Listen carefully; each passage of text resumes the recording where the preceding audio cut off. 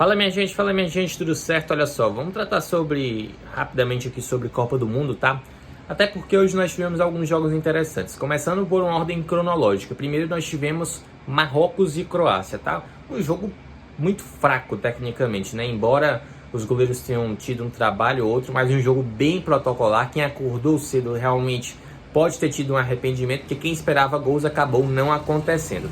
É fato que a realidade mostra que tanto Croácia quanto Marrocos, por exemplo, podem, quem sabe, se classificar no grupo que ainda tem Canadá e Bélgica. Mas as duas equipes têm na verdade potencial para mais. Croácia tem Modric, Perisic, Brozovic, Kovacic. Marrocos tem Ziyech, tem Hakimi, né, bons jogadores. Então esse jogo poderia reservar algo melhor para nós, né? Empate, em que cada uma das equipes conquista um ponto, é melhor do que a derrota, é bem verdade. Continuando na ordem cronológica, vamos falar de Japão e Alemanha. Tem como um brasileiro ficar triste com a derrota da Alemanha, ainda mais para o Japão, de virada da forma como foi? Detalhe, esse time do Hansi Flick é lento, muito lento.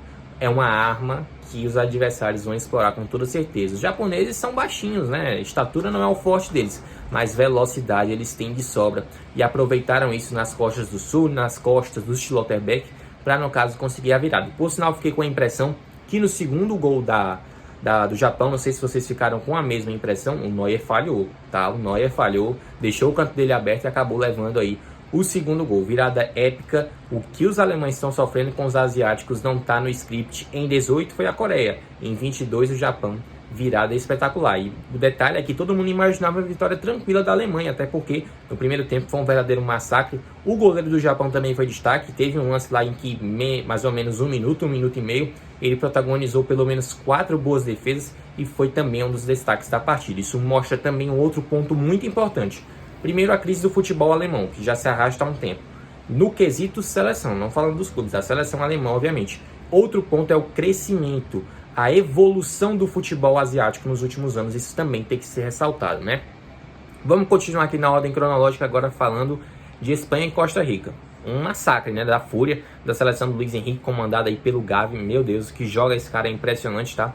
Pedri também, Busquets muito bem, Ferran Torres muito bem, inclusive fazendo uma homenagem para sua namorada, que é a filha do Luiz Henrique, né? Um caso de família aí na seleção da Espanha.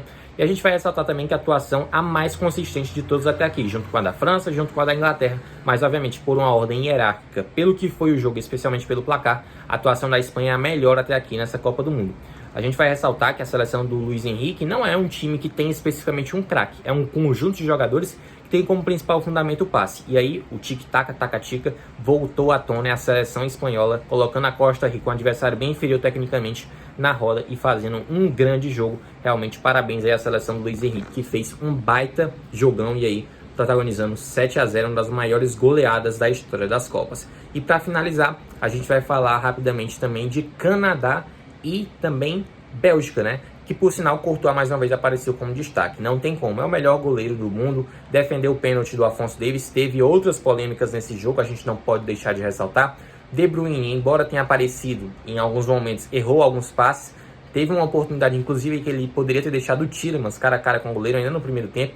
A equipe do Canadá é bem treinada, tem bons destaques como o Eustáquio do Porto, o próprio Davies, né? E outros jogadores também importantes. Olho nesse time que pode brigar por classificação. A Bélgica, embora tenha vencido, não convence, né? O Hazard abaixo, o próprio De Bruyne também um pouco abaixo, o Batshuayi, embora tenha feito o gol, pouco contribuiu. Então é um time que ainda precisa se formular um pouco melhor. Mas destaco dessa seleção da Bélgica um aspecto que pouco eu percebi em outras oportunidades. Uma equipe que soube sofrer.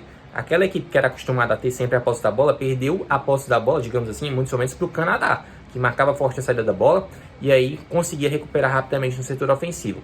Então a Bélgica não é aquela seleção tão temida de outras épocas, mas ainda é uma seleção especial, embora também não contasse com um dos seus artilheiros, ou o seu principal artilheiro, que no caso é o Lukaku. Então a Bélgica, basicamente, não é que decepciona, mas deixou aquela pulga atrás da orelha para saber qual é essa seleção de verdade. Qual é dessa seleção aí do Roberto Martínez? O Canadá pode sim surpreender, então é basicamente isso que a gente gostaria de trazer. Primeiro ponto, o empate não tão empolgante, né, digamos assim, entre Marrocos e Croácia, depois a virada histórica do Japão sobre a Alemanha, depois a goleada da Fúria sobre a Costa Rica e no final a vitória, né, da Bélgica aí, sobre a seleção do Canadá, embora daquele jeito que a gente já sabe, né, sem maiores digamos assim, sem maiores destaques por parte da seleção aí. Terceiro lugar no último Mundial. Se inscreva no canal, ativa o sino das notificações, deixa o like nesse vídeo, compartilha com seus amigos, hein? Deixa aqui embaixo teu comentário o que tu achou sobre esse jogo. E detalhe, amanhã tem seleção brasileira, olho aberto Brasil, não vamos dar margem pra zebra, a Sérvia é um bom time e a gente também vai falar sobre esse jogo. Até mais, rapaziada, valeu!